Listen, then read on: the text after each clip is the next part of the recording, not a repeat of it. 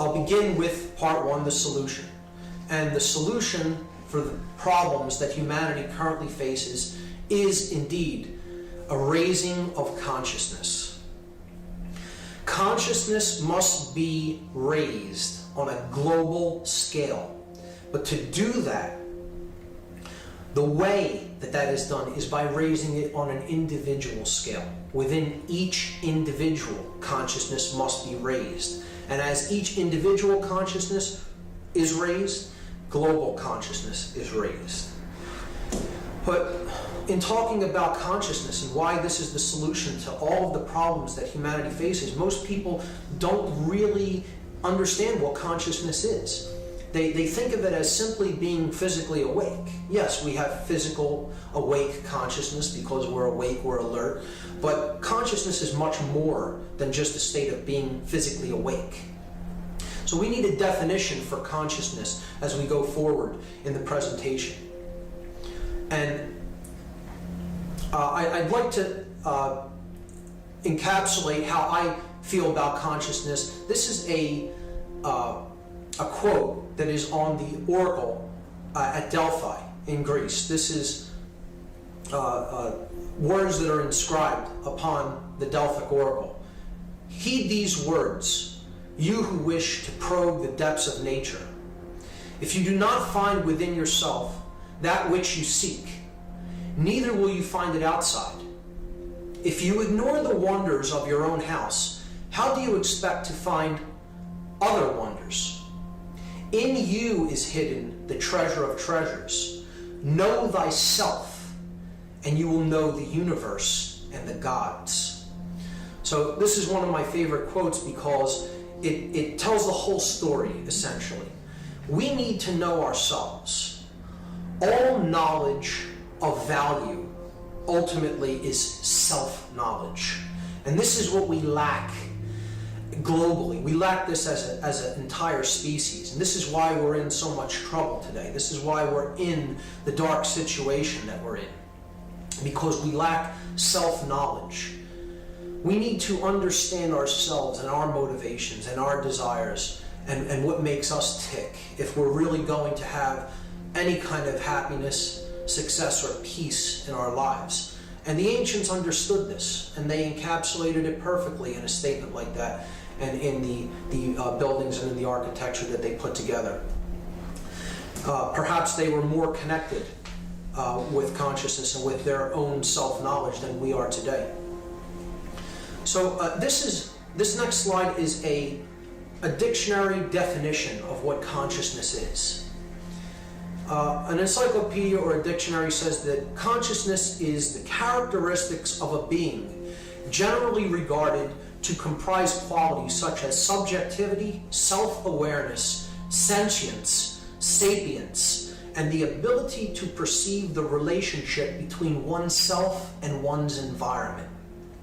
Now that's an excellent definition of what consciousness is in my estimation. But it's a bit complex. There's a lot of words there.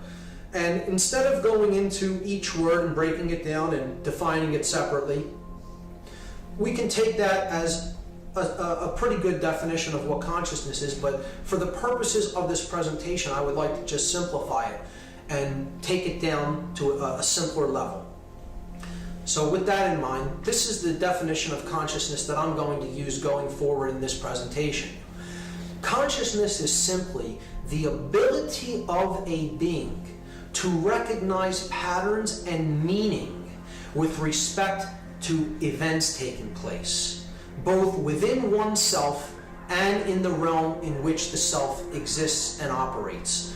In other words, consciousness is the ability to understand information, understand events that are taking place, the implications of them, and internal events and information as well as external worldly events and information. It is the ability to recognize patterns within information. That's my definition of consciousness as I'm using it in this presentation, so we want to keep that in mind as we move forward. The ancients had different symbols that they used for consciousness and energy, and this is one of them. This is called the Tao. Some may know it as the yin and the yang. And this represented the all, everything, because everything is conscious. Everything is consciousness ultimately. It's all energy. And there are different mixtures of different types of energies. And the Taoist philosophy codified this in this symbol, the Tao, the yin yang, by a mixture of two basic polar energies. One being light, one being dark. One being male, one being female. They call these the yin and yang. Now, yang is on the left there, and it's solar. It has to do with light, the sun. It's masculine in its qualities. It's active. It's more analytical, and it's a dominant energy. It's more left brain. We're going to talk about the structure of the brain later on. And it can be aggressive. It's dominant, it's active, it's a male thrusting principle. Okay? The darker energy, yin, is associated with the moon, which is up at night, okay, when it's dark. It's a more feminine or passive energy. It relates more with intuition than with analytical thought or logic. It's more submissive than dominant. It's more right-brained. And it deals with concepts of compassion and nurturing. So the ancients looked at this as these are the qualities that are in all of us. Not just men and women. It's not just male or female. This masculine and feminine energy is indwelling in all of us, whether we are male or female. And we have to strike a blend, a perfect blend, or an equilibrium of these two types of energies, male and female, yang and yin. So what we're going to talk about later is how one of these energies is really seemingly dominating the other more in the modern world. Another mode or another symbol that the ancients used to explain what consciousness was is the triangle, because they recognized that consciousness was a threefold aspect within an individual. Basically, an individual expresses their consciousness in three basic ways, and all other ways that they express themselves are offshoots or variants of these three basic modalities of consciousness. So in the ancient world, this was known as the law of three, or the triune aspect of the individual. And here's what they are: our thoughts, our emotions, and our actions. See, our thoughts are the creator of our experience. Everything that exists has to first exist as a thought to come into manifestation. So our thoughts can be seen as the creator God, the creator of our experience. So I have it labeled here, the Father of the Trinity of thought, emotion, and action. And thoughts arise from what we call mind. The second part is our emotions. This is the yin aspect of consciousness. Okay, so the thoughts are the holistic quality. It's the essence. Emotions are the yin aspect. This is the feminine aspect of consciousness. This is the spirit in which we do things, our emotions. So this is the sacred feminine, or the mother of the Trinity, the Holy Spirit, if you will. Okay? This is the internalized expression of our consciousness, how we feel. And then there's the male aspect, what we do. So we have a thought, we feel a certain way about it, and then we take action in the world in relation to our thoughts and emotions. So our actions are the third aspect of our consciousness. And we perform actions with the body. And since it's a male principle, this is the yang energy, it's considered the offspring of our thoughts and our emotions. So it is the child of the father and the mother. And it's a male principle, so it's a male child, the Son. So this could be seen as the divine child of the Trinity. Thoughts being the creator God, the emotions being the sacred feminine mother, and then our actions being the male offspring of those two, the divine male child, the Son.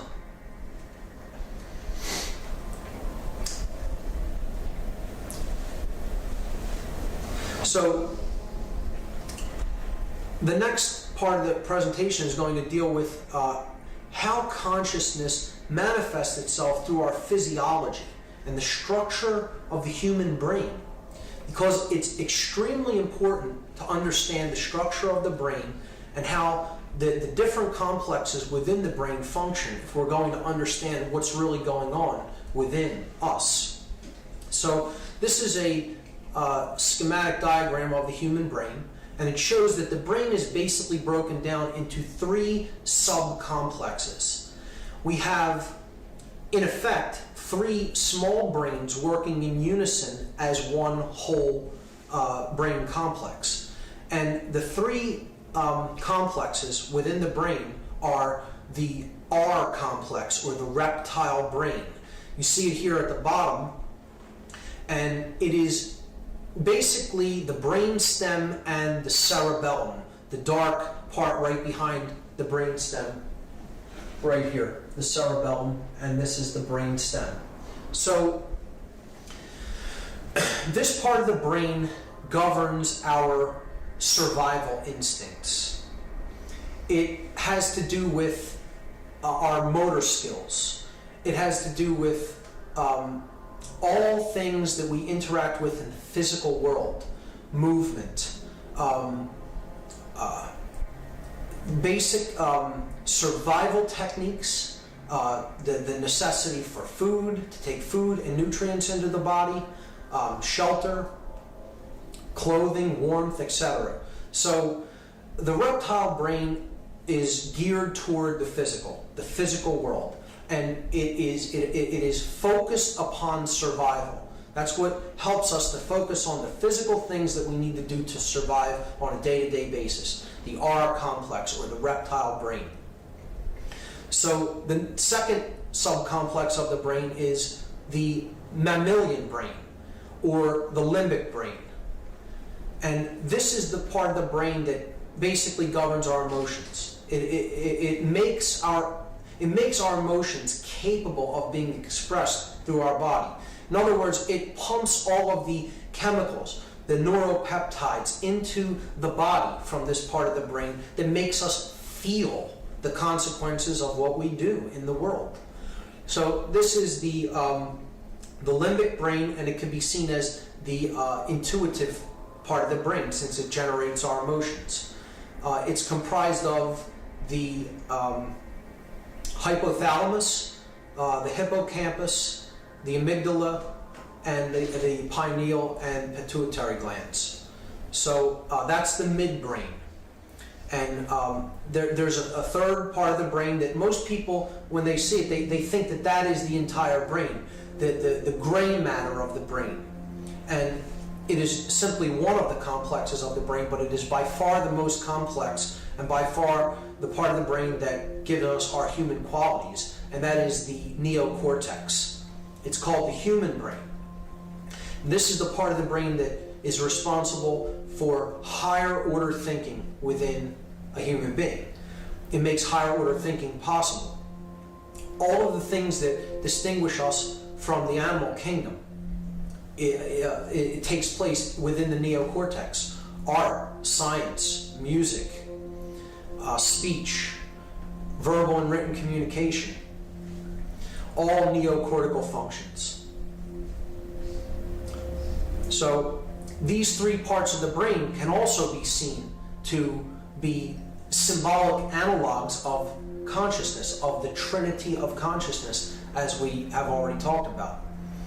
See, the reptile complex of the brain is based upon control. It's the part of the brain that makes us want to control our environment so that we survive. And this could be seen as the Old Testament God, obsessed with law, obsessed with regiment, with control. So it's the dominator aspect of the brain. A reptile is a creature of instinct, without emotion, cold-blooded, just focused on survival.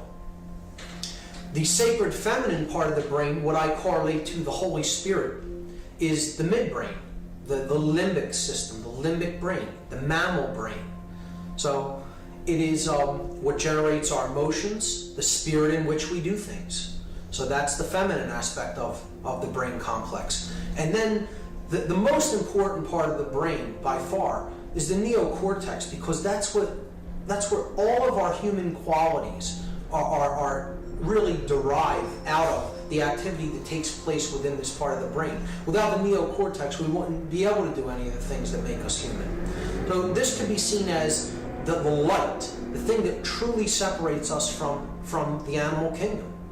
And it is the son, the divine child, it's the product of these other two brains, with the reptile complex being the father, the limbic system being the mother, and then they bear the divine child, the neocortex, the light of the world, so to speak, because the prefrontal neocortex was known as the third eye, and by the ancients, and this is the part of the brain that is responsible for our highest order thinking, and it's the seat of higher consciousness in the physiology. So these three parts of the brain, the triune brain, as it's called in the scientific world, is a symbolic analog to the aspects of consciousness and the types of energy that we talked about when we talked about the Tao. So absolutely important to understand how these components function and what happens if they become imbalanced, which we'll talk about later in the presentation. Now, to understand that, we have to understand that the neocortex itself is bilaterally symmetrical. It's divided down the middle. It's in two distinct parts, two distinct halves, and they're called brain hemispheres. So there's a left hemisphere and a right hemisphere, and they govern different functions of an individual. So the left brain of an individual governs things like logic, analytical thought processes, verbal communication, our language, mathematics and science. Okay, anything that requires analysis and logic. Okay. So it's the masculine side of the brain. Hard facts, hard figures, physical worldliness, reason. Okay? The right brain functions entirely differently. It's more holistic. It governs holistic thoughts, spiritual thought. It is intuitive. It's where our intuition is derived from. It's the creative center of the individual. So artistic capability is derived from this part of the brain. All kinds of creativity, music, etc., art comes from this part of the brain. So it's the feminine aspect of the brain. So you have a male side of the brain and you have a female side of the brain. And it isn't that one is better than the other. It's that they need to be balanced, just like the yin and yang energies. They need to be balanced to come to a state of wholeness, of working in unison with each other, and equilibrium. And that's a truly ordered individual, a person who really is truly awake in consciousness, has a balanced brain. They're using both brain hemispheres in conjunction with each other. When that is done, the prefrontal neocortex that governs the highest order thinking within the individual really comes online. And that's kind of the opening of the third eye, so to speak. And that only happens when these two brain hemispheres come into coherence with each other. And a little bit later, I'm going to talk about what happens if these brain hemispheres are radically out of balance with each other. What happens if one side really is dominating the other, and there's very little activity taking place in one hemisphere of the brain, but a whole lot on the other. And not too unpleasant things begin to occur. Things that aren't too good in our experience begin to happen when the brain is in significant states of imbalance. So I'll be talking about that later. Again, the left brain is the yang energy, the right brain is the yin energy in correlation to Taoism. So the symbols for these, which will become important as we go forward and talk about symbology, are the upward pointing triangle. In the ancient world, the upward pointing triangle seen here was known as the blade. This is a symbol representing male energy or yang energy. It's a rudimentary phallic symbol. It's an upward pointing triangle. It's like the tip of a spear, okay? Or it's like I said, a rudimentary phallic symbol. These are thrusting elements: a spear, a penis, male active thrust, okay? The opposite of that, yin energy, is the inverted triangle. Okay, so you just are taking it and you're using its opposite, an inverted triangle. This is like the shape of a womb, the shape of the lower portion of the female anatomy that bears children. You know, it's like a chalice that holds wine or blood. You know, the Holy Grail is a concept of this inverted triangle.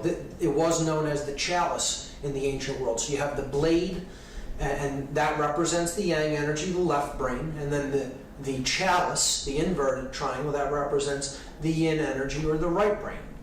So keep those symbols in mind and how they correlate to consciousness and how they correlate to the brain as we go forward, because we will be seeing them again.